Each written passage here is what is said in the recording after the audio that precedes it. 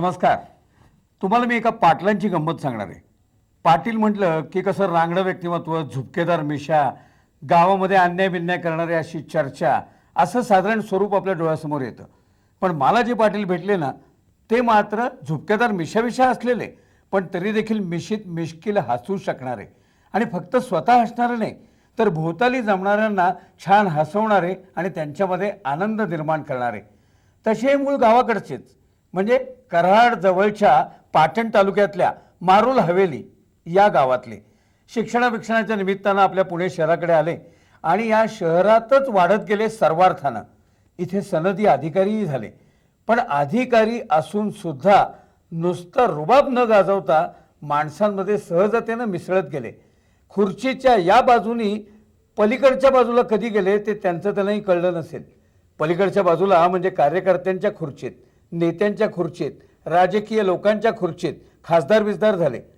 पण पलीकडची बाजू असो किंवा खुर्चीची ही बाजू असो, पाटलांचं भोवताली मित्रगण जमा करणं आणि त्यांना आनंद देऊन स्वतः आनंद घेणं हे कधी चुकलं नाही. पाटील असून सुद्धा हे सगळं सहजतेनं जमलं कसं? मुळामध्येच गप्पांची, गाण्याची, कलेची आवड होती का? हा मिश्किलपणा आला कुठनं? हे सगळं आपण खुद्द त्या पाटलांनाच विचारून त्यांच्याकडनं काढून घेणार आहोत. श्रीनिवास पाटील, नमस्कार. कराडाकडनं कसे इथपर्यंत आलात सांगा ना जरा. तसा माझा जन्म खेड्यातला, एका पत्र्याच्या घरातल्या एका खणातला. बर.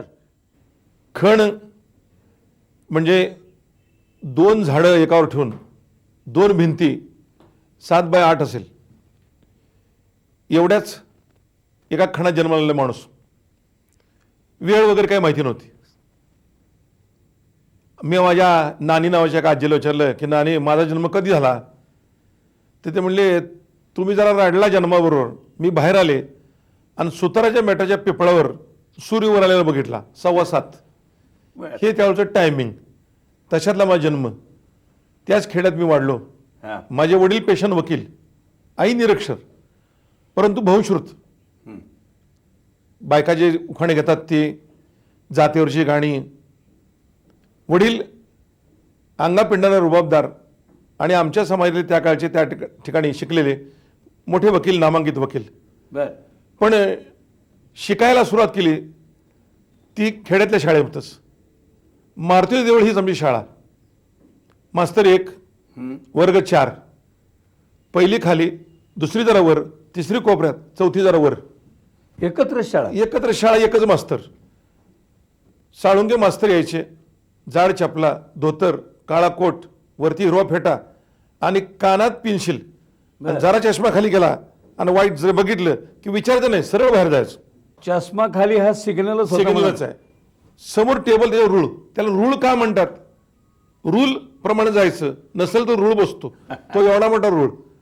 काही मास्तर नुसतं रूळ हातात घेतला की आपण हात पुढे पसरायचा आणि तो हात शेवटी काखेतच जायचा. मार बसल्यानंतर जरा गरम लागावं म्हणून. अशा शाळेत शिकलो मी. तुम्ही किती वेळा मार खाल्ला?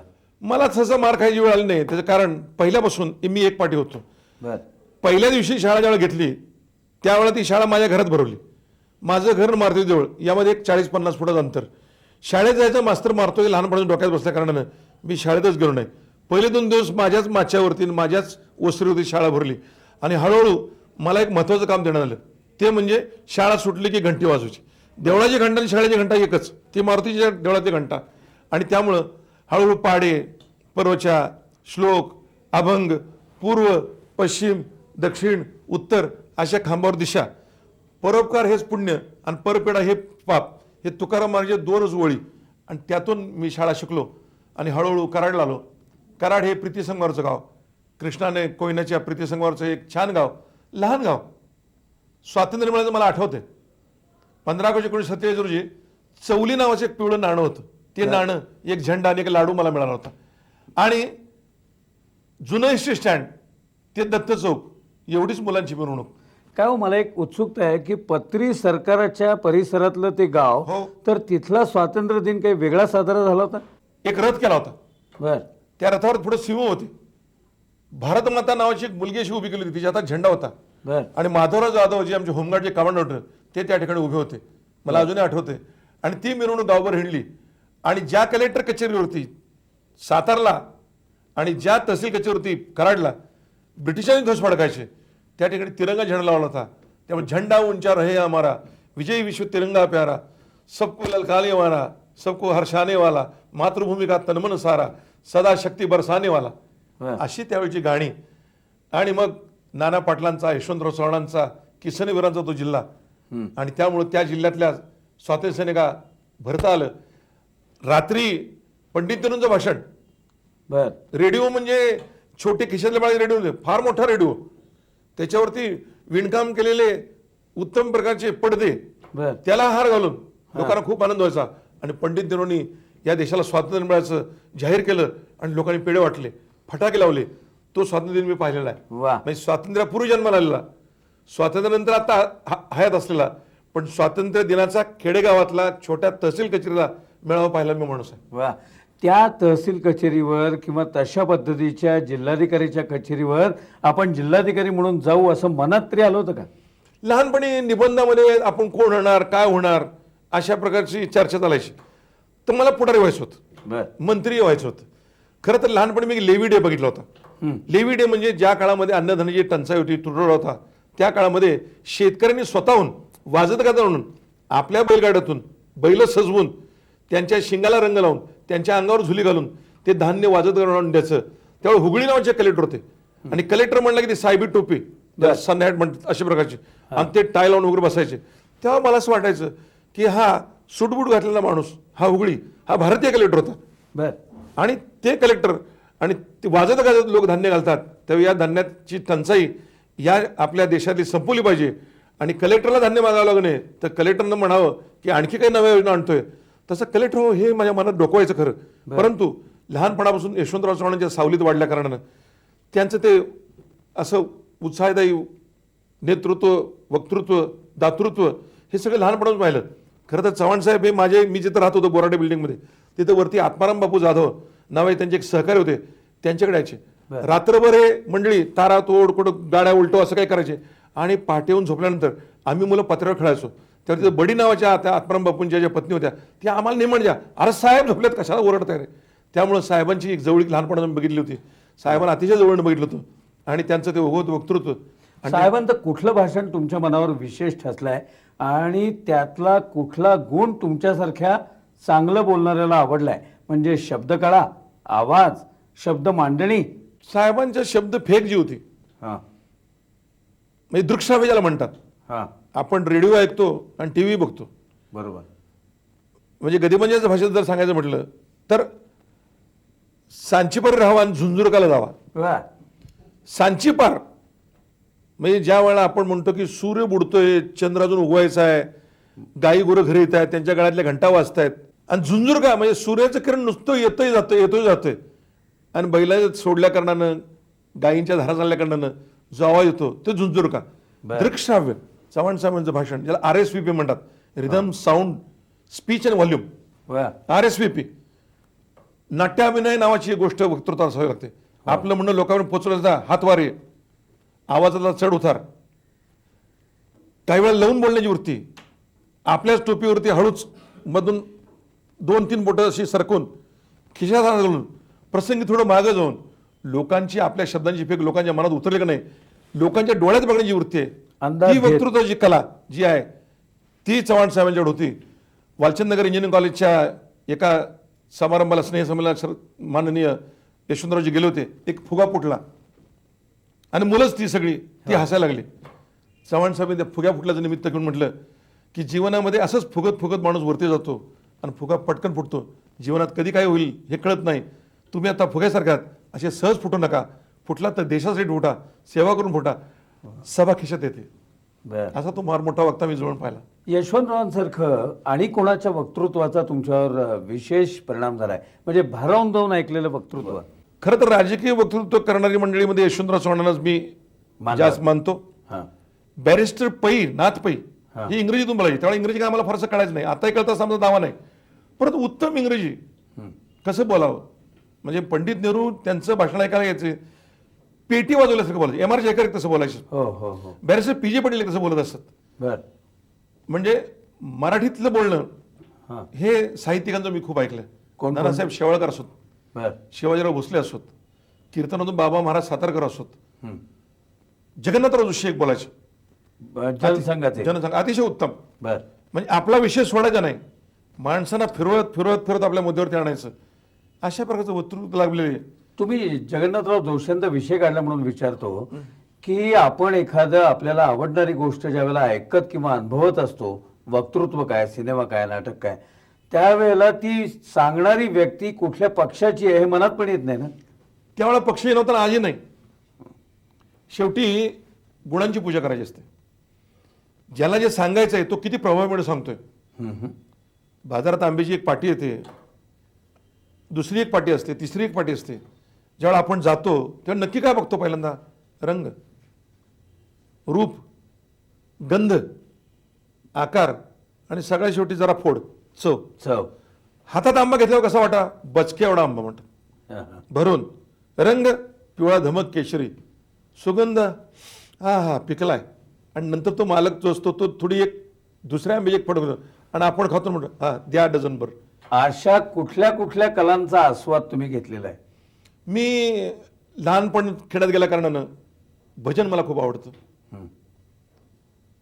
खेडेगावातला आणखी एक प्रकार जो असतो तो कीर्तन असतो. हो. कीर्तन हा एकत्रित प्रयोग आहे. बरोबर. बुवा सगळेच पारायण करतात. भजनामध्ये खेडेगावचं भजन जे असते ते एक बुवा बसून पेटीवरती, दुसऱ्या मृदंगावरती आणि सगळे असे लाईनशीर उभे असतात म्हणतात. बर. चक्री भजन टाईप असतं. हां, हां. आणि एक अभंग घेऊन तो संपला की पूर्वरंग मध्ये जाऊन त्या बुवाला हार घालायचा, हं. त्यांना बुक्का लावायचा, आपणही बुक्का लिहायचा आणि बुक्का का उडवायचा हे माझ्या आता लक्षात आलं नाही. पण मी कुणाला विचारलं, ते पांडुरंगाच्या दिशेनं पंढरपूर दिशेनं बुक्का उडवायचा आणि त्याला अर्पण करायचा आणि मग उत्तर रंगामध्ये परत समेवर यायचं. तेही मी पाहिले. तुम्ही एकपाठी आहात म्हणताय, तर त्यावेळेच्या त्या कीर्तनातला, त्या भजनातला एखादा छोटा तुकडा काय आठवतोय का सहज म्हणून? म्हणजे त्यातला ढंग आम्हाला कळावा म्हणून. ढंग तर उभे विटेवरी. हं. म्हणजे मी तर सोनोपंत दांडेकरांची कीर्तन ऐकलेत. बर. वीर विठ्ठलाचे गाडे कोण पाहे तयाकडे, अशुभ तया पुढे शुभ होईना टाके. ते आमचे प्रिन्सिपल होते बर. SP कॉलेजचे. ते प्रिन्सिपल असताना मी शिकायला नव्हतो आलो. बर. पण मामा, सुश्रुत मामा, गंध दुबोटी रेखलेले मामा, कोट घातलेले, धोतर घातलेले, उपर्ण घेतलेले, अस्खलित शुद्ध वाणीमध्ये बोलणारे मामा हे मी पाहिलेत. आमच्या गावच्या मारुतीबुवाच्या मठामध्ये मामा यायचे आणि दरवर्षी उत्तम प्रकारचे प्रवचन करायचं. त्यातले वीर विठ्ठलाचे गाडे कोण पाहे तयाकडे, अशुभ तयापुढे शुभ होणे ठाके. बर. हा तो अभंग घेऊन म्हणायचे. बर. आता विठ्ठलाचं वर्णन करत असताना करकटेवरी ठेवून या, म्हणजे वामांगी रुक्माई दिसे देवी शोभा. मी पंढरपूरला त्याकरता मुद्दाम गेलो बघितलं. ती वामांगी आहे पण जवळ नाही आहे. हो. ती नेमकी जरा बाजूला वेगळं आहे. हां. पण नेमकं वामांगी रुक्माई दिसे देवी शोभा, पुंडलिकाची भेटी परब्रह्म आले का, चरणी वाहे भीमा उदरी जगा, हे जे वर्णन आहे त्या वर्णनातून पूर्ण पंढरपूर डोळ्यासमोर होतं. त्या पंढरपूरच्याच अशा भाविक अशा परंपरे मी वाढलो. बर. जात्यावरची गाणी आपण म्हणतो, घरात जाता असणं, आजही माझ्या घरात जाता आहे आणि त्या जात्यावरती माझी बायको मुद्दामून काही बेसनाचं पीठ ज्याला म्हणतात, त्याला झुणका भाकरी म्हणतात, होय. गिरणीच्या पिठापलीकडे त्या झुणका भाकरीची मजा वेगळी असते. ते मी पाहिले.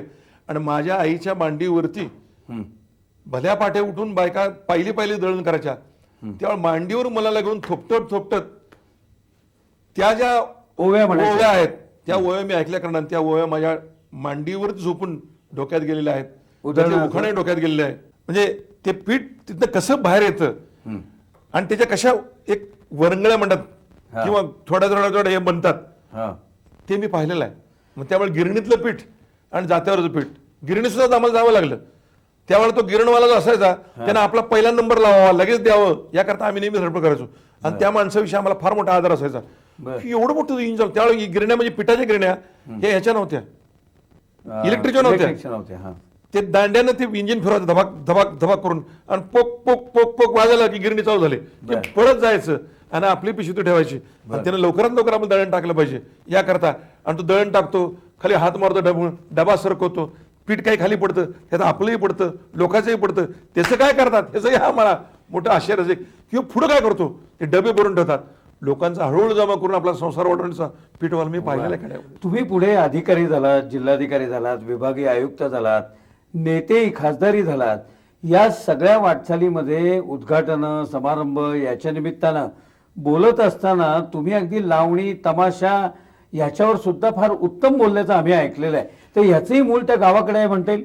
मूळ कसं आहे, तमाशा हे करमणुकीचं सगळ्यात मोठं साधन. जत्रेच्या आदल्या दिवशी रात्री पुरुषांसाठी तमाशा आणि बायकांसाठी गोंधळ. बर गोंधळाला बायका हमका जाणार. सगळ्या मागाडणी माहेरवाशिणी ह्या जत्रेच्या आदल्या दिवशी त्याला भर जत्रा म्हणतात. बर दुसऱ्या दिवशी छबिना, छबिनानंतर तमाशा, तमाशानंतर खेळणं आणि खेळल्यानंतर पण रात्री तमाशा. बर गावातले पै पाहुणे गावाच्या आसपासचे त्यांनी यायचं. नवलग्न झालेले जे जावई असतात त्यांनी हळद काढायला यायचं. बर त्यांचा सत्कार गाव त्यातल्या सासरवाडीच्या लोकांनी करायचा. त्याला सोन्याची पिळाची अंगठी द्यायची, त्याला नवे कपडे द्यायचे, म्हणजे हळद काढायला आला म्हणायचं. बर आता गंमत हळद काढायला येण्याचा अर्थ सन्मानानं येणं. पण तोच पाहुणा वैशाख महिन्यामध्ये खत वाढायला येतो. बर म्हणजे हळद काढायला आल्या पाहुण्याचा सत्कार करून चैत्र वैशाखाच्या तोंडावरती त्याला सहकार केला. परत त्याची बैल घेऊन बोलायचं आणि त्याचाच कुरकुल, त्याचीच बैल, त्याचंच जोणं, यासाठी जो द्यायचं आणि घ्यायचं ज्याला पैरा म्हणतात, अशा प्रकारचा प्रकार तो खेडेगावामध्ये आहे. बर ते खेडेगावातलं जीवन मी जगलं असल्या कारणानं तिथले सूर, तिथले ताल, तिथले अभंग, तिथल्या ओव्या, तिथली जात्यावरची गाणी, तिथल्या म्हणी बर या माझ्या डोक्यात बसल्या कारणानं त्या मी भाषणामध्ये माझ्या पेरल्या जातात. पण खास करून कोणत्या कलावती अदाकारी मनामध्ये ठसलेली आहे? रामा कुंभाराचा एक तमाशा, रामा कुंभार वर्धनकर नावाचा एक तमाशगीर होता. बर उत्तम प्रकारचा तमाशा त्यांचा मी पाहिलेला आहे. बर पुढे आलेले मग विठाबाईला तर मी फार जवळ ओळखले. पुणे जिल्ह्याचा कलेक्टर म्हणून नारायणगावला माझं जाणं असायचं. सत्यभामाबाई पंढरकरनं बघितले मी, यमुनाबाई वायकरनं बघितले, राधाबाई उद्गावकरांना तुम्ही तुमच्या लहानपणी पाहिलं का मला माहिती नाही, पण तमाशा बालगंधर्वमध्ये ज्याने आणला त्या राधाबाई उद्गावकर. बर आप्पासाहेब देशपांडे नावाचे हो. माझ्याच गावचे एक अतिशय ब्राह्मण कुळात जन्मले परंतु उत्तम प्रकारच्या वक्तृत्वावर आणि लावणीवरती प्रभुत्व. प्रकाशचे वडील बर बर बर इनामदार. प्रकाश इनामदार. ते देशपांडे पण एका गावचे वारुंजी नावाच्या गावचे इनामदार. बर म्हणजे कुलकर्णी, देशपांडे, इनामदार हे तीन भावांचे तीन आडनाव असतात.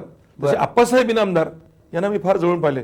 बर दत्तू दगडू साळी आणि आपले ज्यांनी गाढवांचं लग्न केलं दादू इंद्रीकर. त्या माझे जवळचे मित्र. बर दादू कोंडके सुद्धा माझे मित्र. बर दादा कोणके. दादा कोंडके बर म्हणजे दादा कोंडकेंना मी अनेक वेळा जवळून पाहिलं. हां त्यांच्याच पुतण्यानं एक माहेरची साडी काढली होती, हो त्याच्यावर सासरचं धोतर काढलं होतं. होय. सासाच्या धोतरला लक्ष्मीनारायण थिएटर मी प्रीमियरला प्रमुख पाहुणा होतो. बर बर बर दादू इंदुरीकर म्हणा, दादा कोंडके म्हणा, यांच्या कुठल्या गोष्टीनं मनमुराद हसल्याचं आठवत आहे? तशा अनेक आहेत. दादा कोंडके हे नवं उदाहरण, दरवेळा नवे. बर म्हणजे बाळासाहेब देसाई एकदा त्यांच्या त्या विच्छामी पुरकले येऊन बसले होते. बर तर एक माणूस राजाभाई टॉवर चढला होता आणि ते वरनं बघत होता. म्हणलं काय दिसतं तुला? आले का? मला म्हणलं सिगरेट दिसत्या. पांढरं फॅक. कसं काय म्हणला? अरे म्हणलं वरनं एवढं दिसणार ना. म्हणली पांढरी बसले माणसं बरीच तर बसलेत म्हणजे बघा की बाळासाहेब देसाई कसा पांढरा फॅक आहे गडी म्हणजे. अच्छा अच्छा अच्छा. तो समयसूचक हां ताजा विनोद. तुम्ही तर तुमच्या वक्तव्यात नेहमी सांगतात बाळ कोलटकर आले असताना ती हा. ही बांधा ही जी पुडी त्याच्यावर सुंदर पोहे पातळ पातळ खमंग तुकडे खोबरे वा, वा. पुष्कळ हा. शेंग चुरमुरे अनडाळ वा. त्या सर्वांनी विविध चवींनी असा बनविला चविष्ट चिवडा पडते ज्यावर उडी बांधतो ही चिवड्याची पुडी असं दादा डायरेक्ट म्हणले होते कोलटकरना. मग दादा कोंडके, दादू इंदुरीकर फुटवर्क हां असं फुटवर्क मी पाहिलं. पळ पळ पळ पळ पळ पळ पळ. लगीन काय म्हणजे काय? लगीन काय म्हणजे लगीन घरामध्ये कुणीच काही करत नाही, एकमेकाला दुसऱ्याला सांगतो आणि परत निरोप परत येतो म्हणजे लगीन काय? नुसतीच काय? किंवा त्याची शब्दाची फेक. हां सामान्य माणसं किती वाजले असं म्हणलं. आता जवळजवळ झोपायची वेळ झालीच ना. म्हणजे जवळजवळ झोपायची वेळ झाली म्हणजे रात्री 10 साडे 10 वाजतायत होय आणि तो जवळजवळ झोपायची म्हणून कसं काही अंथरून टाकायचा आणि गंगी आणि ते आता जवळजवळ म्हणजे सूचक बोलण्याची जी वृत्ती आहे, द्वर्थी बोलण्याचं आणि त्यातून सामान्य माणूस जो आनंद लुटत असे तुम्ही पाहिला. लावणी कुठली लक्षात आहे? पठ्यपावरच्या मुंबईची लावणी तर फार प्रसिद्ध आहे. मुंबई गेणारी बडी बाका जशी रावणाची दुसरी लंका, वाजदो डंका डंका चौमुलकी बसायाला गुलाबाची पालखी, पवळे जरा जपून चाल नाही तर होतील हाल, मुंबई नगरी सदा तरणी व्यापार चाले मन भरणी दर्याच्या वरुणी. बर पवळा किती सुंदर होतं, एक फार सुंदर वर्णन त्यांनी केलेलं आहे. हां ही पडली पाटलाच्या गळा घाली कुलकर्णी डोळा सोडली मास्तरांना शाळा हिच्या पाहिजे. पुन्हा एकदा सांगा. ही पडली पाटलाच्या गळा हा. घाली कुलकर्णी डोळा सोडली मास्तरांना शाळा हिच्या पाहिजे. बर बर बर बर हिच्या नाकात फुल घाली नंदीवाला झुल म्हशीला रे. झूल नेहमी बैलाला घालायची असते. होय 12 बलुतेदार 18 पगड जाती या पवळानं कशा आपल्या सौंदर्यानं वेडा केल्या याचं ते उत्तम वर्णन आहे. तुम्ही आता कलेचे संस्कार कोणाचे झाले, भाषण कोणी भारावून गेलात बोललात, तुम्हाला तुम्ही केलेलं स्वतः पहिलं केलेलं भाषण पूर्ण आत्मविश्वास पूर्ण असं कुठलं आठवत आहे? खरं तर 4थी मध्ये पहिलं भाषण बर एकी हेच बळ. एकी हेच बळ म्हणजे ती कबूतर होती, ती कबूतरनं फिरत होती. ते म्हातारा कबूतर म्हणलं अरे इथे जाऊ नका, ते दाणे टाकले त्याच्या मग खाली जाळं आहे. तरुण कबुतरांनी नवीन कबुतरांनी ऐकलं नाही, मग ती जाळ्यात अडकली. जाळ्यात अडकल्यानंतर ती म्हणली की बघा बघा आम्ही जाळ्यात अडकलो, आता कसं करायचं. ते म्हातारा कबूतर वरतीच होतं. ते म्हणे बघा एक हेच बळ, 1 2 3 सगळ्यांनी पंख फडफडवा आणि हळूच वरती हे करा, त्या खेळासकट जाळ्यासकट तुम्ही उडाल. ही पहिली गोष्ट. बर. पण नंतर तुम्ही पुण्यामध्ये आलात, पुण्यातलं तुमचं सगळं सर्कल बदललं गेलं असेल, इथे आणखीन वक्तृत्वाच्या कलेच्या छटा अनुभवायला मिळाल्या असतील, तर कॉलेजच्या काळामध्ये मग नाटकात काम करणं म्हणा, हो. गाणं म्हणणं म्हणा, हो. भाषण करणं असं काही झालं का सुरू? काय झालं, मला खरं तर जवळजवळ 70-80% मार्क होते. म्हणजे 70%च्या वरती सगळ्या पेपरमध्ये सगळ्या. आणि सायन्सला जवळ असे मार्क 78% मार्क होते. मी माझ्या सेंटरला तिकडं पहिला आलो होतो. पण यशवंतराव चव्हाणांचा आणि काकासाहेब करंबेळकर नावाचे आमचे शिक्षक, त्यांचा आग्रह होता की ना आर्ट्सलाच गेलं पाहिजे. बर. म्हणून आर्ट्सला जायचं म्हणलं. त्यावेळेला 3 कॉलेज प्रसिद्ध होती, फर्ग्युसन, SP आणि वाडिया. MS नुकतंच निघालं होतं. म्हणून मी SP कॉलेजमध्ये ॲडमिशन घेतली की त्या ठिकाणी या मुलावरती वक्तृत्वाचे, नाट्याचे, संगीताचे संस्कार हवेत. म्हणून मी तिथं प्रवेश घेतला. आणि तिथल्या आर्ट सर्कल नावाची एक संस्था होती. आणि तुम्हाला आश्चर्य वाटेल की मी 24 जून 1957ला पुण्यात आलो. पाऊस पडत असे. श्यामची आईमध्ये माधव वजे हे माझे वर्गबंधू. बर. आणि मी 9व्या का 10व्या दिवशीच निवडणूक उभा राहिलो आणि निवडून आलो. बर. निवडून आलो आणि व्हरायटी इंटरमिडिएट सेक्रेटरी झालो. पुढच्या वर्षी मी पुन्हा निवडून आलो आणि जनरल सेक्रेटरी झालो. आणि माझा व्हरायटी इंटरमिडिएट सेक्रेटरी म्हणजे पुण्याचे पूर्वीचे महापौर, कसब्याचे आमदार वसंत थोरात. बर. आमच्या नाटकाला दरवर्षी लाईट जायची. बर. एक खोड्या करणारे विद्यार्थी, विद्यार्थ्यातले गट आणि एकमेकांशी जिरवायची हे पहिल्यापासून झालेलं आहे. तर म्हणून वसंत यंदा लाईट नाही जातो पीक. अरे म्हणलं लाईट जाय कशी, आम्हीच घालवतो म्हणला. यंदा जाणार नाही. ती जी गंमत आहे ती गंमत SP कॉलेजमध्ये पूर्ण म्हणली. लेडी रमाबाई हॉल हा.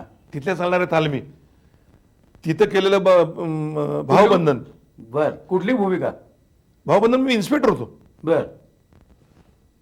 स्टेशनवरती त्याच्या हातात ते दागिन्याची पिशवी, मग ते इन्स्पेक्टर, ते पट्टा बिट्टा, तुझा हे तूच पैसे केलेला आमचा गजा सरपोदर हा काकाजी, बर. विश्वास मेंदळे, ही सगळी मंडळी. त्यातली प्रॉपर्टी जमली, ती बुद्धिबळाची प्रॉपर्टी अजून माझ्याकडे आहे. ती त्यावेळेची? कारण मी हॉस्टेलमध्ये होतो. हा. त्या हॉस्टेलमध्ये सामान आलं परत नेऊन ठेवायचं. ते चुकून जे माझ्याकडे राहिलं ते राहिलं, मी स्मृती म्हणून ठेवलं. अजून असं कॉलेजमधलं बरंच सामान तिकडे राहिलं का? कसं आहे, कॉलेजमध्ये स्मृती राहिल्या, बर. सामान नाही, समाधान माझ्याकडे राहिलं. पण आणि कुठल्या कुठल्या नाटकात काम केलं होतं त्यावेळेला? मी नाटकाचे काम म्हणजे प्रॉम्प्टर पासून पडदे ओढण्यापर्यंत, आणि जे काही भूमिका कोणी करत नसेल नाही आला तोपर्यंत सगळं नाटक माझं पाठ असायचं. बर. सुधीर दामले जे होते नाट्यरजनीचे, नाट्यदर्पण. नाट्यदर्पण, हो. ते आमचेच बंधू. बरोबर. ते धुंडीराजाचं काम करायचे.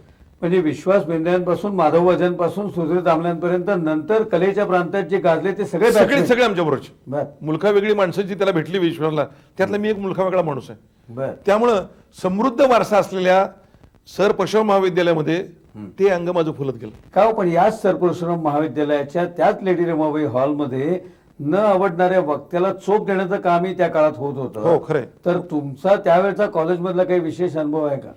आमच्या वेळा असं काही घडलं नाही.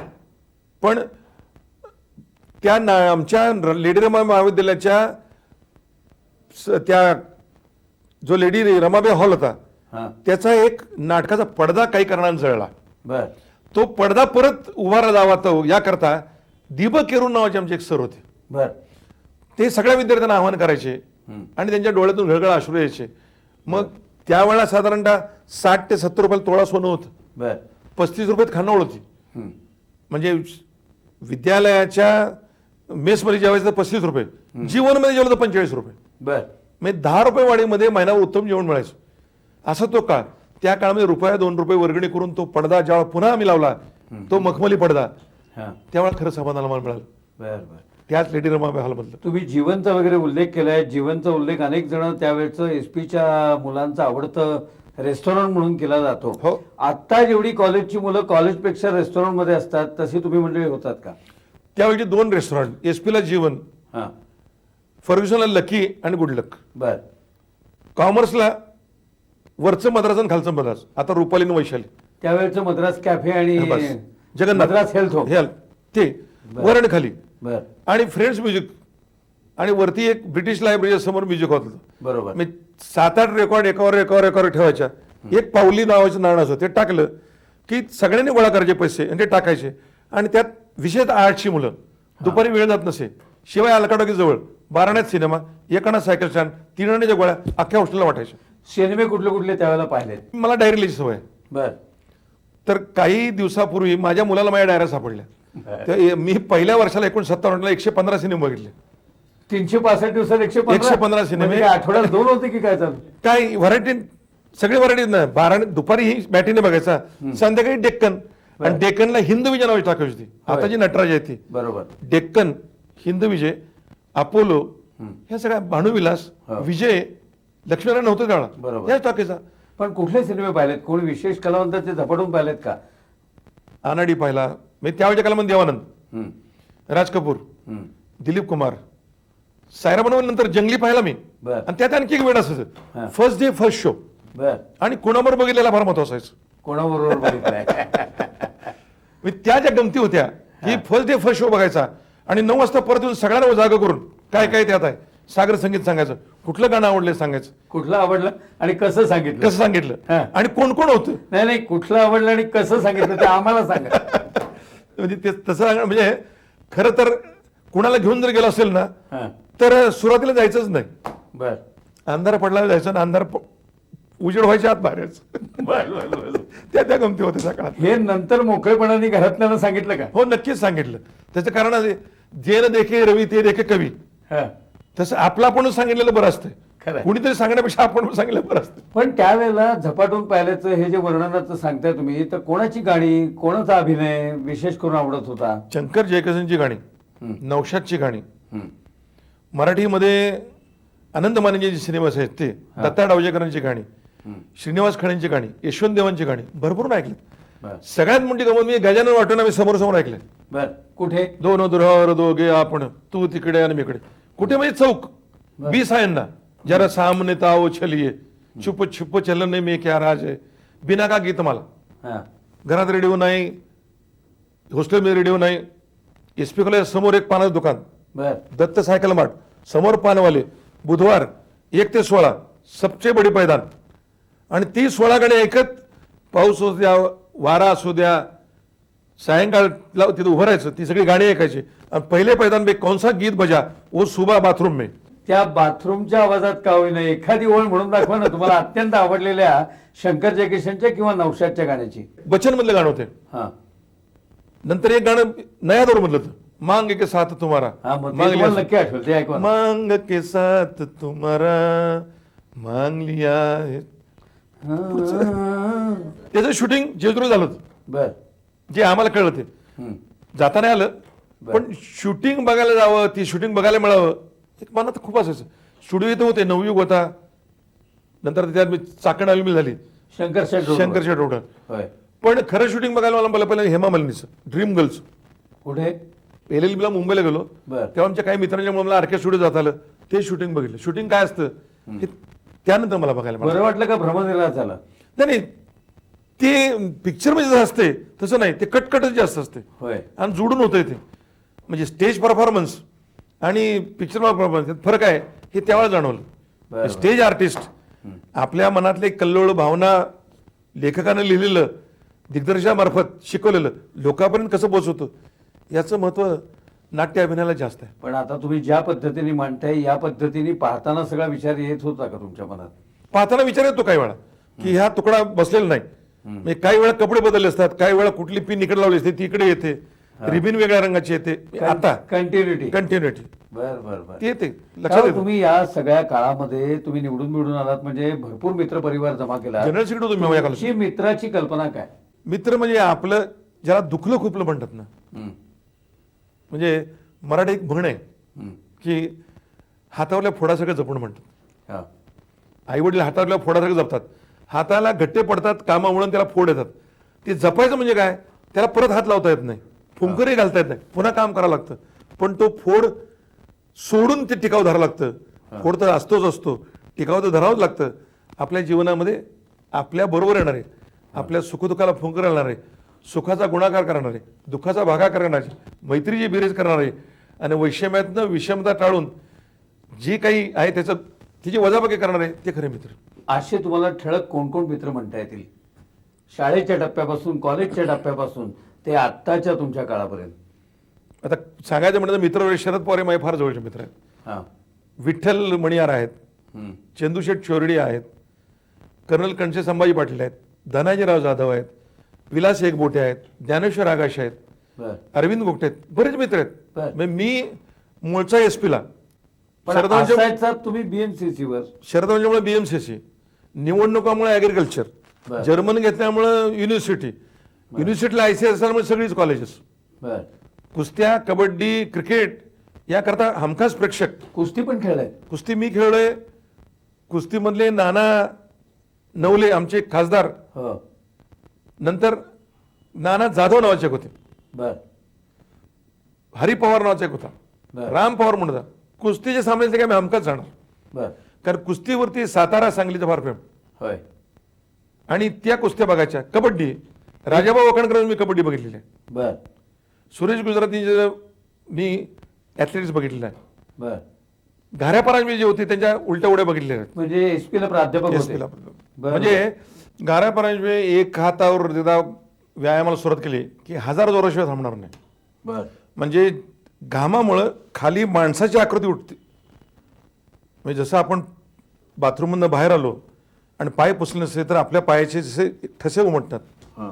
तसं दोन्ही हातावरती व्यायाम करून करून संपूर्ण अंगातला घाम जाऊन पूर्ण आकृती उठणे इतका व्यायाम करणे मंडळी. आणि त्यानंतर खाणंपिणं सुद्धा फार जोरदार असायचं. पैजेनी होतं का? हा? पैजेनी?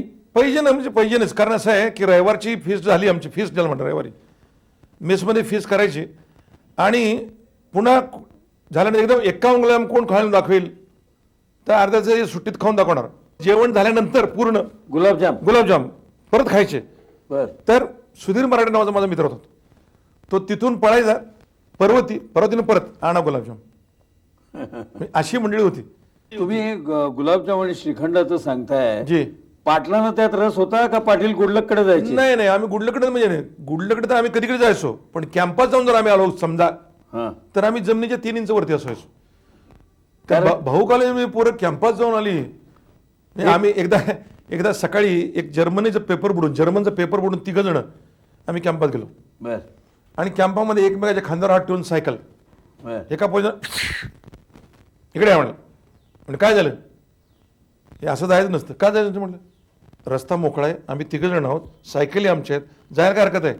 म्हटलं गाव कुठ, म्हटलं कराड. तरीच म्हणलं कायदा मोडायचा म्हणून मोडायचा नाही, माहिती नव्हतं म्हणून.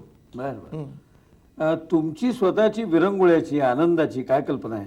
स्वतःला काही ऐकत असताना, काही बघत असताना जो आनंद होतो, तो आनंद जो तिथं नाही त्याच्यापर्यंत तसा पोचला पाहिजे.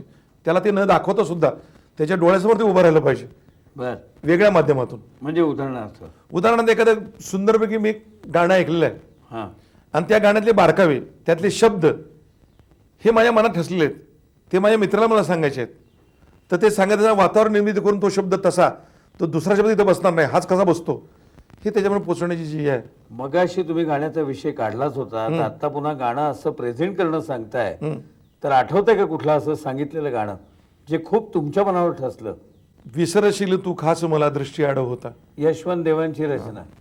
म्हणजे माझे एक मित्र होते पंढरपूरचे, विठ्ठल कोळी नावाचे. बर. कॉलेजच्या परीक्षा संपल्या, BA झालो आम्ही आणि आता जायचं उद्या परवा. तर SP कॉलेजच्याच हिरवळे बसून विसरशील खास मला दृष्टी आडव होता. बर. त्यामुळे पुढचं गणेच्या ओळी अशा आहेत की व्यवसाय विविध विविध विविध विषय भोवता आले. म्हणजे जो तर आपण, आणि ही खरी गोष्ट आहे की जोपर्यंत आपण असतो तोपर्यंत एकमेकावर जीव टाकतो. ज्यावेळा आपण दुरावतो त्या आठवणी येतात, पण रोजचा सहवास नसल्या कारणानं आठवणीच जगावं लागतं. तुम्ही मगाशी मित्रांचा सगळा उल्लेख केलात म्हणून विचारतो, फक्त मित्र होते का मैत्रिणी पण होत्या? मैत्रिणी याचा अर्थ असा की त्या काळामध्ये कॉलेजमध्ये आज जे आता बघतो आम्ही हा. इतका मोकळेपणा नव्हता. बर कदाचित पूर्ण रिझर्व राहायचं असं होतं, पण मला परमेश्वर कृपेनं नेतृत्व करण्याची एक फार पण लहानपणाची आवड असल्याकारणानं आणि मोकळी मैत्री, ज्या मैत्रीच्या मग कोणत्या प्रकारचा स्वार्थ नाही हां अशी मैत्री खेडेगावात राहिल्या असल्याकारणानं ती एक परंपरा. आपल्या आश्रयाला येऊन किंवा आपल्याला जो आश्रय मागेल तो त्याचं संरक्षण करण्याची एक वृत्ती, क्षात्रवृत्ती म्हणा थोडीशी, बर आणि जनरल सेक्रेटरी असल्या कारणानं आपल्या कॉलेजमधली शिस्त परंपरेनं चांगली राहावी, कुठेही वैगुण्य प्राप्त होऊ नये याकरता त्या काळातल्या आमच्या ज्या मुलं मुली ज्या होत्या मैत्रिणी, आपल्याला मुलं मुलीच्या शब्द योग्य आहे त्यावेळेचा. आजही आम्ही SP कॉलेज आहे 1957 ते 61 या काळात 4 वर्ष शिकलेले, आज वयानं 64-65 वर्ष असले मुलं मुली वर्षातून एकदा भेटतो. बर मुली आपल्या नवऱ्यांचं, हां मुलं आपल्या बायकांचं एकत्र येतात, आवडीनिवडीच्या गप्पा मारतात. त्यातले ठळक मुलं आणि ठळक मैत्रिणी कोण आहेत की ज्यांची नंतर नावं झाली? म्हणजे आता सांगायचं विलास एकबोटे आहेत, ज्ञानेश्वर आगाशे आहेत, वामनराव कुलकर्णी आहेत, शंकर गोड्या, अवस्थी बंधू आहेत. अवस्थी बंधू आमच्या वर्गात नव्हते पण ते येत असत. बर मुली काही फार मोठ्या क्षेत्रात केलेल्याच नाही, पण कला दांडेकर नावाच्या मामासाहेब दांडेकरांची एक पुतणी होती आमच्या होती, तिनं फुलांवरती संशोधन करून त्यातून औषधं निर्माण केली आहेत. बर पंचकन्या होत्या त्या. पण तुम्ही BMCCला जात होता, तिथे शरद पवारांसारखे तुमचे सर्वात जवळचे मित्र होते. परवा एका समारंभात शरद पवार बोलताना असं म्हणाले की तुम्ही असंच रस्त्याने चाललेल्या एका मुलीवर काहीतरी कॉमेंट करायला गेलात, ती नर्तिका होती आणि तिनं दिलेलं आव्हान तुम्ही स्वीकारलं आणि म्हणून नाचाकडे वळला. काय झालं, कॉलेजमध्ये एक नोटीस लागली होती. हां ती 1959च्या आंतरराष्ट्रीय युवक महोत्सवामध्ये फोक डान्स ज्याला म्हणतात, लोकनृत्य, त्याच्या स्पर्धा होणार आहेत आणि त्यात ज्यांना सहभागी व्हायचं त्यांनी यावं. बर मी गेलो. मी NCC म्हणलं तसा. बर शरीर प्रकृती अशीच, म्हणजे FY BA inter arts, junior BA आणि सिनियर BA असा तो प्रकार होता त्या काळात. मॅट्रिक नंतरचं पहिलं वर्ष हे प्री डिग्री वगैरे नंतर आलं. बर बलदंड प्रकृती असल्या कारणानं आपल्याला घेतील का नाही शंका. आणि पेरुगट भावे म्हणा, अहिल्यादेवी म्हणा, इथल्या मुली, त्यांचं मूळचं नृत्य त्यांच्या आईवडिलांनी त्याला शिकवलेलं, वेगवेगळ्या नृत्य विद्यालयात जाऊन त्यांना आलेलं ते कसब, आणि आपण खेडेगावातले, त्यामुळे थोडंसं जे झालं की येणारच नाही आणि बर कसं करता आलंय यातून मग ते माझ्या मनामध्ये आलं की आपला काय येत नाही. बर कारण आपण लोकनृत्य आहे, हां हे काही भरतनाट्यम नाही किंवा एक कथ्थक नाही, पण मुळात पाखराच्या चालण्यात सुद्धा डौल आहे, हां वाघाच्या चालण्यात सुद्धा डौल आहे, हरणाच्या चालण्यात डौल आहे, सापाची चळवळ धामीण जी पळते ती जर तुम्ही उघड्या रानात बघितली तर तिला सुद्धा एक प्रकारची नजाकत आहे. ती लय ताल नजाकत ती बघितली असल्या कारणानं, आणि ढोल लेझिम हां हे सगळं बघितलं असल्या कारणानं शेवटी लोकनृत्य पदरावावरतीच आहे. हां इव्हन भजनामध्ये नामसंकीर्तन नामदेव महाराजांनी सुद्धा जे केलेलं आहे ते पायावरचेच सगळे आहे. हां नाचू कीर्तनाच्या रंगी म्हणते ते खेडेगावात असल्या कारणानं मी म्हटलं आपण यात शिरायचंच. आणि माझ्या त्या मूळच्या मुलाखतीमधून ज्यावेळेला तुम्ही बसा ते पहिलं मला बसवलं. माझ्या मनात असं आलं आपल्याला बसवलं मी बाजूला काढलं काय, मग तुम्ही बसा, मग तुम्ही बसा, त्यात 2 अवस्थी. बर शरद गोडबोले नावाचे आमचे एक मित्र बर असे बसवल्यानंतर ज्यांनी जे नृत्य बसवलं त्यांनी सांगितलं तुम्ही आमचे हिरो भैरोबा, आणि भैरोबाचं लगीन व्हायचं. आणि त्यामुळं मग जास्तीत जास्त मेहनत घेऊन मुद्रा, अभिनय, नॅरेशन. नाही पण ते असं सांगत होते तुम्ही रेतसर नृत्याच्या क्लासला गेलो ना. कोणाच्या? सुरेंद्र वडगावकरांची नृत्य किंकिणी बर ते शिकवायला त्यांच्याकडे मेहनत. हां आणि तसं जर आपल्याला बघितलं तर नृत्य हा एक प्रकारचा समर्थ व्यायाम आहे. हां म्हणजे पायाच्या नखापासून डोईच्या केसापर्यंत सर्व अवयव म्हणा किंवा सर्व गात्र आहेत यांना खऱ्या अर्थानं व्यायाम होतो ते नृत्य आहे. त्या नृत्यामुळे पाय दुखायचे, घामोघाम व्हायचा, कपडे भिजायचे, पिळा लागायचे. असं 6 महिने जेव्हा केलं तेव्हा त्यातली पारंगता आली. आणि म्हैसूरला 1959च्या युथ फेस्टिवलला गेल्यानंतर तिथं आमच्या अगोदर गिडगिडा वाजवून पंजाबचं लोकनृत्य झालं. बर आणि तो भांगडा झाल्यानंतर आम्ही आलो बर. मनावर सहज दडपण येतं की एवढा मोठा भंगडा आणि ते एकावर एक त्याच्यावर एक आणि ते दाड्यावाले सगळे असे मल्ल सगळे आणि आपलं कसं टिकणार. परंतु त्यानंतर जे नॅरेशन आहे भैरवाचं लगीन म्हणून हे आम्ही काय मांडले, 5 मुली आणि 5 मुलं, त्यावेळेचे SP कॉलेज, त्यावेळची पुणे विद्यापीठ, बोलायची चोरी आणि हातात अजून फुगडी, हा प्रकार इतक्या मन लावून आम्ही केला आणि त्याचमुळं सुवर्णपद मिळालं आणि त्याचंच वर्णन शरदरावांनी सांगितलं. वा वा. त्यांनी आता एक गंमत सांगितली की हे नाच करायचे पण नाचामुळे जे थकायचे ते त्यांचं शरीर चेपायला मात्र आम्हाला लावायचे. असं व्हायचं की कुणीतरी आम्हाला सांगितलं की पाय दुखायला की रॉकेल लावा बर आणि गरम पाणी घालावं त्याच्यात. तर आमच्याकडे असतो हा. शरदराव आमचे जवळचे मित्र, माझ्याविषयी सार्थ अभिमान असणारा हा मोठा नेता आजचा आहे. हा. पण कुठलीही गोष्ट दिसली की ती वेचायची, ते मित्र जोडायचे. हा. मग तो संगीतकार असू द्या, नृत्यकार असू द्या, चित्रकार असू द्या, काही गोष्टी गोळा करणार असू द्या, ही त्यांची सवय. हा. आणि त्यामुळं गरम पाणी पायावर घालून आपला मित्र आणखी चांगला नाचला पाहिजे बर याकरता प्रोत्साहन देणारे आणि त्याची तालीम चालू भले शाबास भले पठ्ठे असं म्हणून मला प्रोत्साहन देणारे ते शरदराव. वा. त्यांच्याप्रमाणे तुम्ही पण काही वस्तू गोळा करणारे, नाचणारे, चित्रकार, गाणारे अशा सगळ्यांना तुम्ही जोडत गेलेला आहात. तर तुम्ही एकेका क्षेत्रामधला असं कोण कोण व्यक्ती सांगाल? साहित्य गदिमा माझे जवळचे मित्र होते. बर म्हणजे आज आनंद किंवा श्रीधर हे माझे मित्र बर. आहेत. पण गदिमा, दमा मिराजदार, शंकर पाटील आणि तात्या म्हणजे व्यंकटेश माडगुळकर, हे चौघ आणि मी असे 4-5 दिवस मी एकत्र राहिलो. प्रवरानगरला पद्मश्री विखे पाटलांच्या आजारपणातून उठल्यानंतर गीत रामायण मला वाचवलं. बर किंवा मला ती वाल्मी बघायची होतं, तू आण. मी तिथे प्रांत होतो असं विखेने सांगितलं. मला पद्मश्री विखे पाटलांनी, बाळासाहेब विखे पाटलांच्या वडिलांनी सांगितलं. आणि म्हणून मी 3 दिवसाचं तिथला हा सगळा कथाकथन वगैरे केलं. सगळ्यांनी, शंकर पाटलांनी धिंड सांगितली, व्यंकटेश माडगुळकरांनी व्यंकूची शिकवणी सांगितली, दमा मिराजांनी चोर आले म्हणून सांगितलं. अण्णा मला म्हणे, निवासराव कोल्हापुरी स्टाईल, कारण आमच्या पूर्वीचे ते निवासराव ह्यांनी सगळ्यांना हसवलं, मी रडीवणार म्हणले त्यांच्याच भाषेत. हसवायचं काय का ईदू शिक्षक सुद्धा हसवतात म्हणले. मी म्हणला रडीवणार. आणि त्यांनी मांडवीची गोष्ट सांगितली. भरत, शत्रुघ्न, लक्ष्मण आणि राम, सीतेनं फार मोठा त्याग केला, रामानं फार मोठा त्याग केला हे कुणी मानत नाही. लक्ष्मणानं फार मोठा त्याग केला, भरत शत्रुघ्नाचा फार मोठा त्याग केला.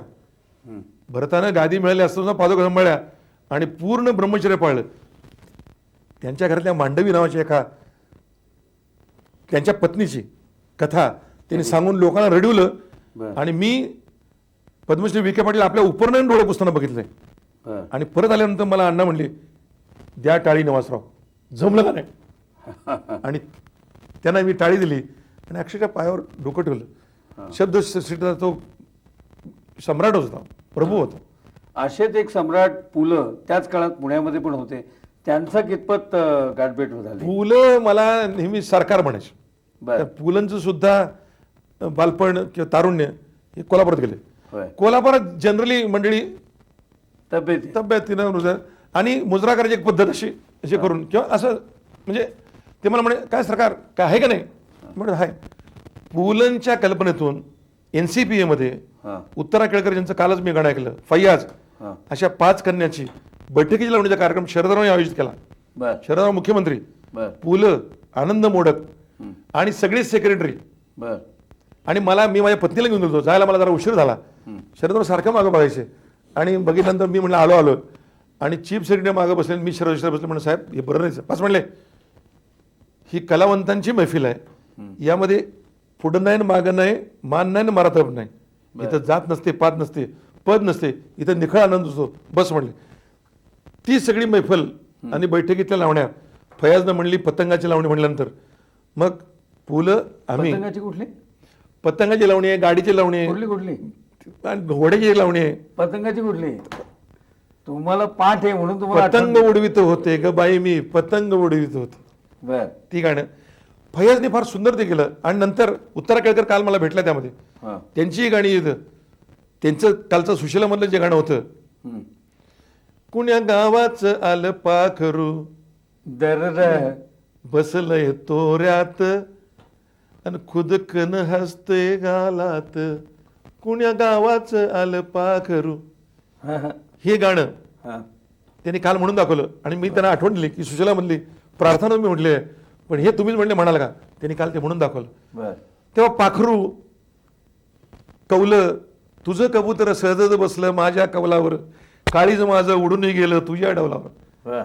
मानाचं पारमध्ये चंद्रकांत सूर्यकांत हा. हंसा वाडकर, किंवा पहिला सिनेमा जय मल्हार हम्म. ज्यामध्ये सुमतीबाई, गुप्ते. सुमती गुप्ते, चंद्रकांत, बाबूराव पेंढारकर, चंद्रकांत हा. आणि गदिमा स्वतः. स्वतः सुमतीबाईचं त्यातलं काम हा. आणि हंसा वाडकर आणि बाबूराव पेंढारकर गाडीत बसून यायचे हा.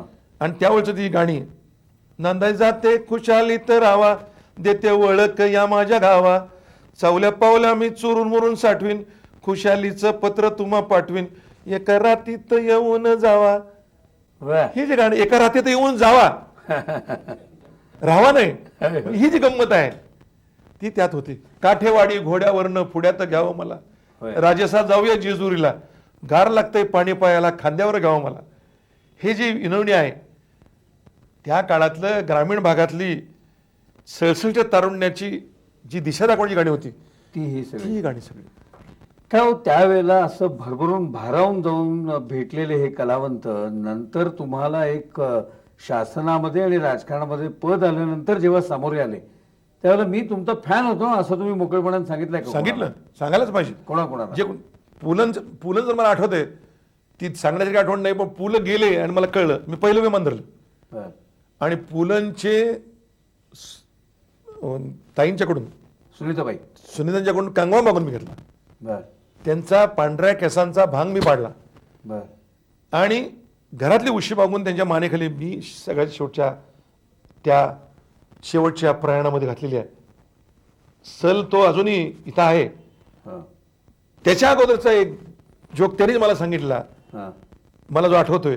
पुलांना श्रद्धांजली वाहण्याकरता कराडमध्ये काही मंडळी जमली हा. आणि मी सहज जमलो, खासदार आहे म्हणून सहज बोला म्हणून लोकांनी बोलवलं.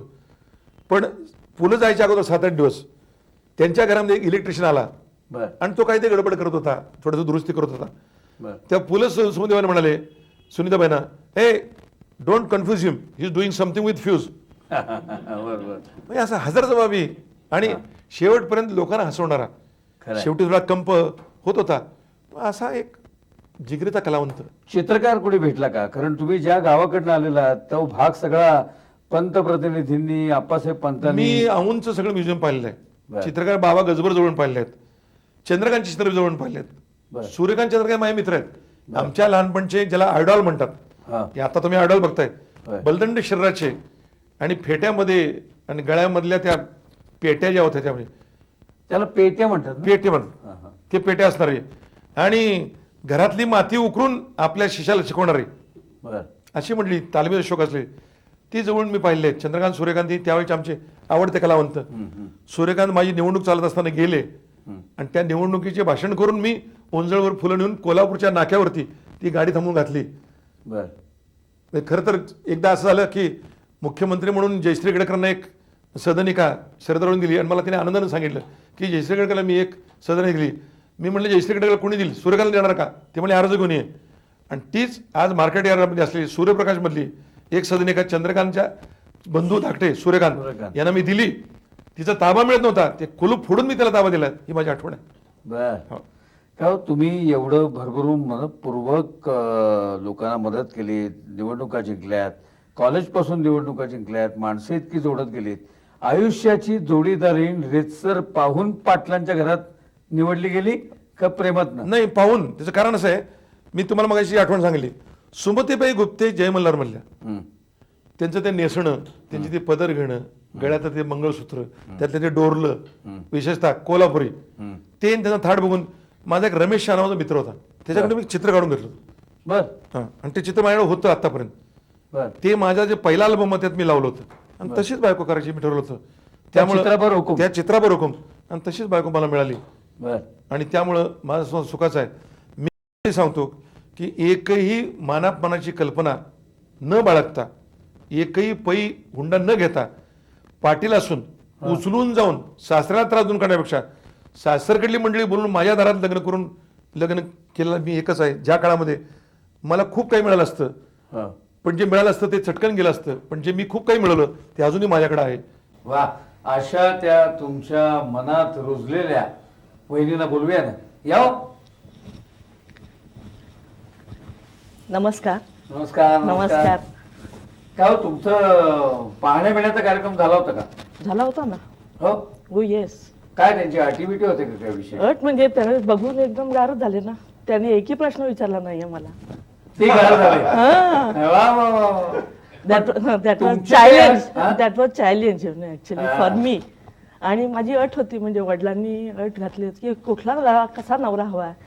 म्हटलं काय, मी जरी पुण्यात शिकली असले, पुण्याचा जन्म असला, तरी मला सातारा, सांगली आणि कोल्हापूर ह्याच भागातला नवरा करायचा आहे. बर. का? अरे पाटलात जो रुबाब आहे ना, तुम्हाला कशातच दिसत नाही. जसं सूर्यकांत आणि चंद्रकांत हे माझे हिरो होते शाळेतले, कॉलेजमधले, हा. तसा गडी पाहिजे जो मला भक्कमपणे प्रोटेक्ट करेल. बरं. नाही तर भित्र्यासारखा पळून गेला तसं नसतं चाललं. बर. म्हणून मग पसंती झाली आमची. हो, यांचा एवढा मित्र परिवाराचा व्याप, यांचं एकूण शासकीय कारकीर्द काय किंवा राजकीय कारकीर्द काय, भरपूर व्यस्त वेळापत्रक. अशातनं तुमच्याशी संवाद साधायला त्यांना वेळ मिळतो का? खूप वेळ मिळतो. ती कला आहे हो. सांभाळून घेण्याची. हा, कला आहे ती, प्रत्येकाला जमलीच पाहिजे आणि प्रत्येक नवऱ्याला जमलीच पाहिजे. पण तुम्ही दोघं मिळून सिनेमाला वगैरे जाता का? कायम जातो. तुमची आणि त्यांची आवड सिनेमाची एक आहे का? बरीचशी सारखी आहे. आमचा आवड दिलीप कुमार आमचा आवडता नट आहे. बर. मग दिलीप कुमारचे सगळे सिनेमे बघितलेत काय? बरेचसे. बर. बरेचसे. आणि सिनेमा पाहून आल्यानंतर तुमच्यात संवाद होतो का? जास्त नाही, कारण मी त्या हिरोचा विचार करत असते. ह्या हिरोला थोडा वेळ विसरलेला असतं ना. वा, वा, वा. गाणी परस्पर मिळून भेंड्या खेळल्यासारखी सहजतेने येतात का दोघांच्या तोंडी? येतात ना, येतात. कसं आहे, पुण्याविषयी माझी एक, जरी शाळा हे सगळं इथे शिक्षण झालं असतं, तर पुण्याविषयी जास्त आवड नव्हती मला. बर. पुण्याविषयी एक एक गाणं मला म्हणावं असं वाटतं. हे गावलंय न्यारं, इथं थंडगार वारं, इथं गरम शेनगार सोसना, इथं आदर्शाचा तोरा, इथं कागद आहे कोरा, शाहिरी लेखणी पोचना, बर. हिथं वरण भाताची गोडी र, फुकट छेडा छेडी र, अरे सोंगा डोंगाचा बाजार इथला, साळसुद्ध घालतोय आळी मिळी, आणि सार बरपती घसा पुरकती, घरात पोळी बाहेर नळी र र र र र र र. मला ही हवी होती. अच्छा अच्छा अच्छा. मगाशी पाटील साहेब गावाकडचे उखाणे बिखाणे कसे लक्षात होते, भजन कशी लक्षात होती असं म्हणत होते. मग तुम्हाला तर तुमच्या लग्नामध्ये एकदम खास उखाणा घ्यायला लागला असेल. आठवतं काय एखादं उखाणा? म्हणजे तुमच्याकडे कॉम्पिटिशन असेल तर मी जिंकू शकेन. नाही, पण स्पर्धा आहे असं समजा. कोणी म्हणतं चांगली निशा, कोणी म्हणतं चांगली पीटी उषा, पण आहेत का इथे कोणाला पाटलांसारख्या मिशा? धन्यवाद.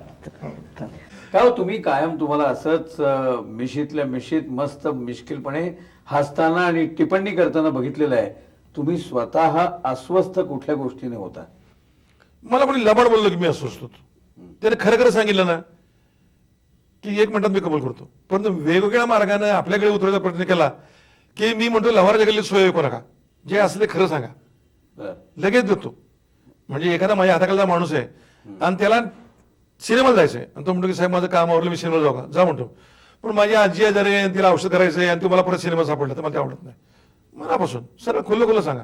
माझ्या हाताखालच्या माणसाला ब्लड प्रेशर कधी नसते. त्याने मन लावून काम करावं, त्यात भर घालावी, मोकळेपणानं वागावं. मी जिथे तिथे काम केलं तिथं कुठल्याही खालच्या माणसाला कधीही त्रास झाला नाही, तो आजारी पडला नाही, साहेब येणार म्हणून काही बोजा आला नाही. उलट आपल्या कुटुंबातला वडीलधारा म्हणून येणार, आपली चूक एकडे झाली तर तो पोटात घालणार आणि आपल्याला पोटाची धरणार. ही प्रवृत्ती असल्या कारणानं जीवनामध्ये शासकीय क्षेत्रात मी यशस्वी ठरलो. आजही माझा मतदार अतिशय मोकळेपणानं 5 वर्षाच्या पोरापासून ते 65 वर्षाच्या म्हाताऱ्यापर्यंत मनमुरादपणे खऱ्या खऱ्या गोष्टी बोलतो आणि त्यामुळे आल्यापासून 5-10 मिनिटात काम होतं. हा माझा अनुभव आहे. तुमची स्वतःची मनपूर्वक आनंद वाटतो अशी कल्पना काय आनंदाची? कुठल्या गोष्टी तुम्ही सर्वाधिक आनंदित होता? मला वेगवेगळ्या प्रकारे आनंद होतो. चांगली कुस्ती बघितली तर आनंद होतो, चांगली लावणी बघितली तर आनंद होतो, चांगले कीर्तन ऐकलं तरी आनंद होतो, एखादा वक्ता आपले विचार मांडत असताना ऐकलं तरी आनंद होतो. कुणी आपल्या भागातला माणूस काही जिंकून आला जिंकून फळ आला माझा ग पहिलवान, सोन्याचं कड हाती बांधिला पेटाचान, कशी मी उतरू खाली लाजरी मुलकाची, माझा ग पहिलवान. आपल्या घरातला माणूस कुणी आला, सागर कन्या कदम किंवा तिचे वडील जेव्हा सामुद्री पोहून येतात तेव्हा दोघांचं कौतुक करताना मला आनंद होतो. आपल्या गावातलं एक रोप कुठेतरी जातं वाढतं, त्याचा वटवृक्ष होतो आणि जगाला सावली मिळते आणि ते बघत असताना शिरावरचा पटका खाली पडतो, याचा फार मोठा आनंद आहे. आताच्या व्यस्त वेळापत्रकामध्ये थिएटरमध्ये जाऊन सिनेमा बघणं हे जमू शकतं का? पुण्यात बघतो मी, बर गावाकडे बघायला जमत नाही कारण लोक संपायलाच थिएटरची वेळ येते. तर पुण्यामध्ये हमखास मी जातो. अरविंद चाफळकर माझे मित्र आहेत, त्यांच्या सिटी प्राईड मध्ये 4 ठिकाणी सिनेमा असतात. बर त्यामुळे जो कुठला जमेल तो किंवा मंगला याला मी नेहमी जात असतो, सपत्नीक जात असतो. बर नाटक किंवा गाणं म्हणजे उदाहरणार्थ भीमसेन जोशी म्हणा, वसंतराव देशपांडे तुमच्या त्या काळातले म्हणा, भीमसेन जोशी अशा माझे- वेळेला आवर्जून गेलायत का? भीमसेन जोशी हे माझे अतिशय जवळचे मित्र आहेत. बर म्हणजे भीमसेन जोशींचं गाणं मी कॉलेजच्या वयापासून ऐकतोय. वसंत बापट भीमसेन जोशींच्या अभंगवाणीचं निवेदन करत असत, ते मी ऐकून शिकलो. आणि कराडला वेणुताई चव्हाण सभागृहाचं उद्घाटन झालं त्यावेळेला अण्णांनी मला वरती बोलवून मला गाणी म्हणाय कोणती सुचवायला सांगितली, ती मी सुचवली. पंडितजी संत म्हणजे निरूपण मी पहिल्यांदा कराडमध्ये वेणुताई चव्हाण सभागृहाचं उद्घाटन करताना केलं. जनकल्याण संस्थेने त्यांचं कराडमध्ये जी अभंगवाणी ती त्याला केलं. अबकडे ही सांगलीची एक प्रख्यात सांस्कृतिक संस्था आहे, तिथेही मी केलं. सांगलीच्या सांस्कृतिक संस्थेच्या अबकडचं निरूपण केल्यानंतर ज्यावेळेला समारंभ संपला तेव्हा अण्णांना आधार देत देत आम्ही जाऊन एका ठिकाणी बसलो आणि अण्णांनी खिशात हात घालून एक माझ्या मुठीत एक कागद सरकवला. तो मी उघडून बघितला, ते एक 500 रुपयाची नोट होती. म्हणजे अण्णा कशाला? नाही म्हणजे माझं प्रेमाचा राहू द्या. ती नोट मी बराच काळ जपून ठेवली. मी इतरांना सांगत गेलो, ती नोट मी दाखवत गेलो. लोक म्हणाले कराडला हल्ली नोटाही छापतात. ते म्हणलं काय तुमचं म्हणणं, हे सही कुठे आहे म्हणले. मग मी 2-3 महिन्यापूर्वी सहज अण्णा आजारी तसं काय तिथे गेलो. अण्णा उठले, अण्णांनी हातात ती नोट घेतली, खाली श्रीनिवास त्यांचे चिरंजीव आहे, त्यांचं नाव श्रीनिवास आहे, त्यांच्याकडून एक धरायला एक पुष्टीपत्र मागितलं आणि त्याच्यावर वरती मला सही करून दिली. ती नोट आजही माझ्या संग्रहामध्ये आहे. वा, हा सगळा तुकोबा ज्ञानोबा नामदेवांचा विषय निघाला म्हणून विचारतो की राजकारणाच्या या सगळ्या टोकाचे चढ उतार होणाऱ्या या सगळ्या दैनंदिनीमध्ये तुम्हाला या कला प्रकाराच्या पलीकडे जाऊन अध्यात्म या गोष्टीचा कधी आधार वाटलाय का? का तुम्हाला आवडणाऱ्या या कला हेच तुमचं अध्यात्म होऊन जातं? खरं तर अध्यात्म म्हणजे काय, आपल्या मनाला दिलासा देणार नाही, कुठल्याही कठीण वाऱ्यामध्ये आपण उडून जाणार नाही, इतके खंबीर पाय जमिनीवर असणं, याला अध्यात्म म्हणायचं. आपण सहज वावटळीत सुद्धा अनेक माणसं उडतात, पण वादळात सुद्धा उडून न जाण्याची ताकद आपल्या शब्दामध्ये परमेश्वराने आणली, वाणीमध्ये दिली. हे कोणीतरी मागून थाप टाकूनच भरत आहे. आणि त्यामुळं कधी असं वाटलं नाही की अध्यात्मामध्ये काही वेळ नामस्मरण करावं. जनता सेवा करत असताना त्यांच्या ठाई आपण जावं आणि त्यांना आपला खासदार, आपला लोकप्रतिनिधी हा इतरांपेक्षा वेगळा असं वाटावं. आणि ज्यावेळेला आपण जात असतो मिरवणुकीनं तेव्हा तो खालचा म्हणत होतो, आमचं पाहुणं आहेत बरं का, आमचा मैत्र आहे बघा, हे तो आनंद आहे. आणि आपण जेव्हा बघत असतो की तो कोणाला सांगतोय, दगडूशेठ हलवाई ज्या गणपतीवर बसून जेव्हा जात असतो तेव्हा माझा एखादा मतदार जेव्हा मला दिसतो आणि तो आपल्या बायकोला आठवलं आमचं खासदार बरं का, ती जी मजा आहे ती अध्यात्माच्या पलीकडची आहे. वा, तुम्हाला हा आनंद कायमचा मिळत राहू ही मनपूर्वक सदिच्छा व्यक्त करतो आणि दिवाळीच्या शुभेच्छा देतो. धन्यवाद, नमस्कार.